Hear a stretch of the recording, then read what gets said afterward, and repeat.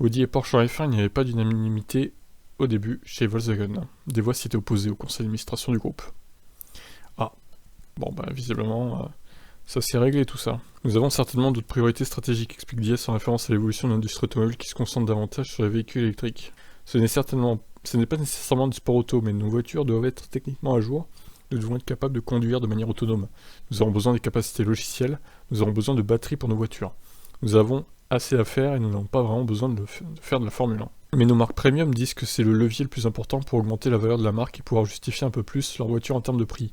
Et aussi pour démontrer à la concurrence que vous disposez d'une technologie supérieure dans le cas d'Audi. C'est pourquoi le directoire et le conseil de surveillance ont finalement voté en faveur de ça. C'était pas unanime au début, mais tout le monde a fini par dire oui. Si pour Audi la justification est technologique, elle l'est moins pour Porsche à l'image déjà très bien établie. Porsche est la marque qui vend le plus de voitures sportives au monde, donc elle doit faire du sport auto. Vous arrivez à la conclusion suivante, si Porsche fait du sport auto, la chose la plus efficace c'est de faire de la Formule 1. Oui, ça paraît logique. Il y a eu un tel essor, il fallait cocher cette case, puisque les conditions réglementaires sont enfin réunies. Herbert Diess ajoute aussi quelques raisons pour l'arrivée d'Audi.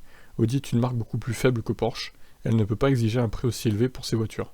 Audi avait plus d'intérêt que Porsche à rejoindre la F1, en vérité car il a un potentiel beaucoup plus grand pour la marque. Audi est positionné sur les segments supérieurs, en concurrence avec Daimler, ça a du sens.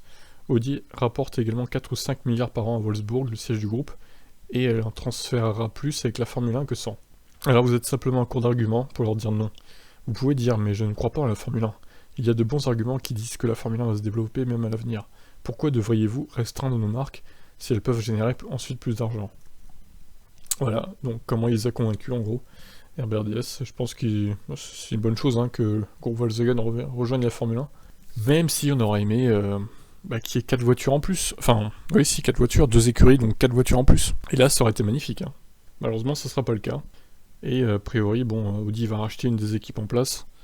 Il va rebadger Audi, et Porsche sera seulement motoriste. Bon, dommage. Qu'est-ce que vous en pensez, vous? Ciao.